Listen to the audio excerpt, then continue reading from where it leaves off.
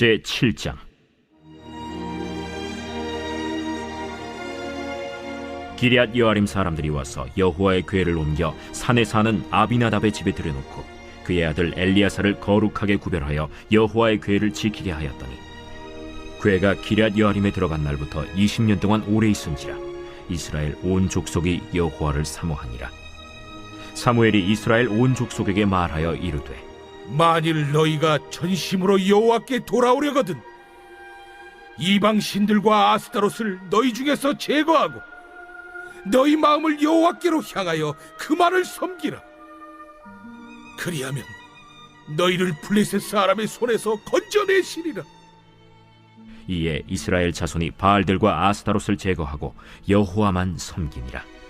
사무엘이 이르되, 온 이스라엘은 미스바로 모이라. 내가 너희를 위하여 여호와께 기도하리라. 그들이 미스바에 모여 물을 길어 여호와 앞에 붓고 그날 종일 금식하고 거기에서 이르되, 우리가 여호와께 범죄하였나이다 하니라. 사무엘이 미스바에서 이스라엘 자손을 다스리니라.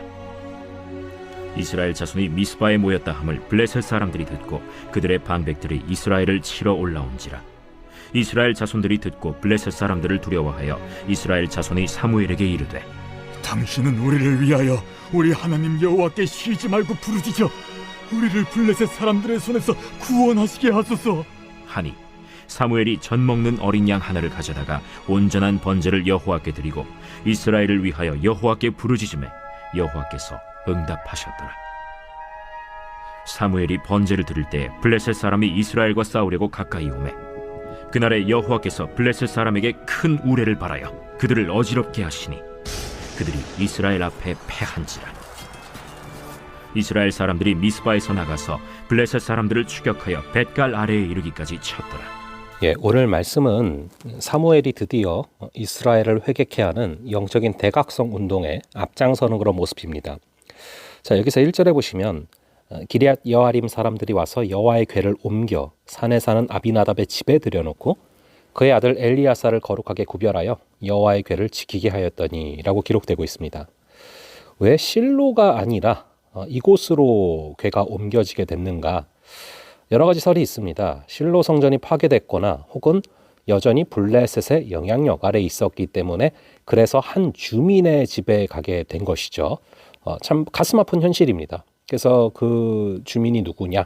아비나답이라는 사람의 집에 가게 된 것입니다. 그는 제사장은 아닙니다. 그냥 레위 지파의 한 사람이라고 추정이 되고 제사장이 아니었습니다. 근데 하나님의 궤가 하나님의 집으로도 못 가고 성전으로도 가지 못하는 그런 상황 가운데 이 말씀이 가야 할 곳을 가지 못하고 한 성도의 집으로 가는 모습을 보게 됩니다. 바로 그 사람의 이름이 아비나답이죠.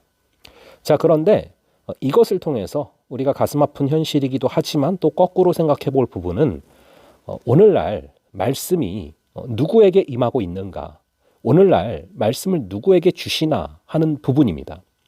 마치 제사장은 아니었지만 이 아비나답에게 말씀이 들어간 것처럼 오늘날에도요, 저는 그런 일들을 종종 겪습니다. 이제 제가 신방을 하면요, 제가 만나는 영혼들을 도전을 주고 그리고 위로를 하고 그렇게 하려고 만나지 않습니까? 근데 거꾸로 간혹 제가 도전을 받는 경우가 있습니다. 저렇게 예배를 사모하는구나, 저렇게 말씀에 배고프구나, 그런 모습들, 그것들을 바라볼 때 오늘날 말씀을 누구에게 주시나 절대로 목사라서 그냥 주신다, 자리가 보장됐다라고 생각하면 참 위험하다는 생각을 하게 됩니다. 하나님께서 누구에게 말씀을 맡기십니까? 정말로 진실된 자, 그 마음이 정말로 하나님으로 가난한 자, 심령이 가난한 자, 그래서 자신을 전부 드리는 자, 정말 하나님이 없이는 살아갈 수 없는 자에게 주님께서 말씀을 주신다는 것이죠. 그래서 간절히 바라기는 말씀을 맡은 자로 살아가게 하시고 말씀의 능력이 삶을 통해서 드러나는 그런 귀한 역사가 여러분에게 있기를 간절히 바랍니다. 그렇게 현실은 안타깝지만 그럼에도 불구하고 하나님이 계신 곳이 또 거룩한 곳이기에 아비나답의 집이 거룩해지고 그래서 엘리야사를 거룩하게 구별하여 또 그곳에서 제사장으로 세우는 그 모습을 보게 됩니다. 그 기간이 꽤 길어져요. 이전에 괴가 기랏 여아림에 들어간 날부터 20년 동안 오래 있은지라. 그러니까 여러분, 이 얘기는요, 그 기간만큼은 또 하나님을 간절히 찾지 않았다는 얘기도 됩니다. 그런 가운데 결국에 이스라엘 온 족속이 여호와를 사모하게 되고, 3절에 보면 사무엘이 처음으로 전하는 메시지가 뭡니까? 예수님께서 회개하라 천국이 가까이 왔느니라 전하시는 것처럼 사무엘도 보시면은요, 이렇게 전하고 있습니다. 사무엘이 이스라엘 온 족속에게 말하여 이르되 만일 너희가 전심으로 여호와께 돌아오려거든 이방 신들과 아스타롯을 너희 중에서 제거하고 너희의 마음을 여호와께로 향하여 그만을 섬기라. 그리하면 너희를 블레셋 사람의 손에서 건져내시리라. 이에 이스라엘 자손이 바알과 아스타롯을 제거하고 여호와만 섬기니라. 자, 여기 보세요. 그만을 섬기라. 여호와만을 섬기라. 라고 말하고 있습니다. 그러니까 무엇을 말한 겁니까? 우상을 버리라는 것입니다. 여러분, 이 시대의 우상이 뭔가, 나의 우상이 뭔가를 되돌아봐야 됩니다. 누군가는 인정을 받으려는 우상이 있습니다. 누군가는 성공을 하려는 우상이 있습니다. 누군가는 컨트롤하고 싶은, 상황을 내가 다 통제하고 싶은 그런 우상이 있습니다. 하지만 그런 우상을 버리고 하나님만을 섬기라는 것입니다. 하나님만을 섬기기 위해서 제거해야 될 우상을 바알과 아스타롯이라고 말하고 있는데요. 이 두 시는 세트입니다. 이 두 세트는요, 사실은 사람들이 이 풍요를 갈구하는 과정에서, 이 돈이 많음을 갈구하는 과정에서, 또 음란과 쾌락을 갈구하는 과정에서 나오는 신이죠. 그 돈과 쾌락에 그 우상을 부셔라. 그래야 하나님만을 섬길 수 있다는 것입니다.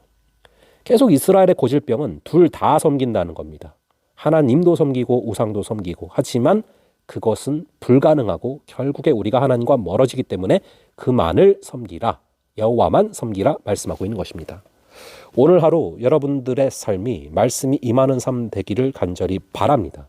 그만을 섬기는 여러분들이 되시기를 바랍니다. 잠시 기도하겠습니다. 아버지 하나님, 우리로 하여금 말씀을 맡은 자로 살게 하시고 말씀의 능력이 삶을 통해 드러나게 하여 주시옵소서. 아버지 하나님, 이 엘리야사를 거룩하게 구별하셨고 아비나답의 집에 말씀이 임한 것처럼 아버지, 우리도 자리를 떠나서 정말 심령이 가난한 자, 진실된 자, 그리고 자신을 전부 드리는 자에게 주의 말씀이 임할 줄을 믿사오니 아버지, 그러한 마음으로 걸어가게 하시고 주의 말씀이 임하여서 말씀과 동행하는 역사를 허락하여 주시옵소서. 아버지, 하나님만 섬기는 우리가 되게 하여 주시옵소서. 우리의 우상을 부시는 그런 역사를 허락하여 주시옵소서. 오늘 하루도 주님께서 잡아 주실 줄을 믿사오며 이 모든 말씀 우리 주 예수 그리스도의 이름으로 기도합니다. 아멘. 예, 그럼 또 다음번에 뵙도록 하겠습니다.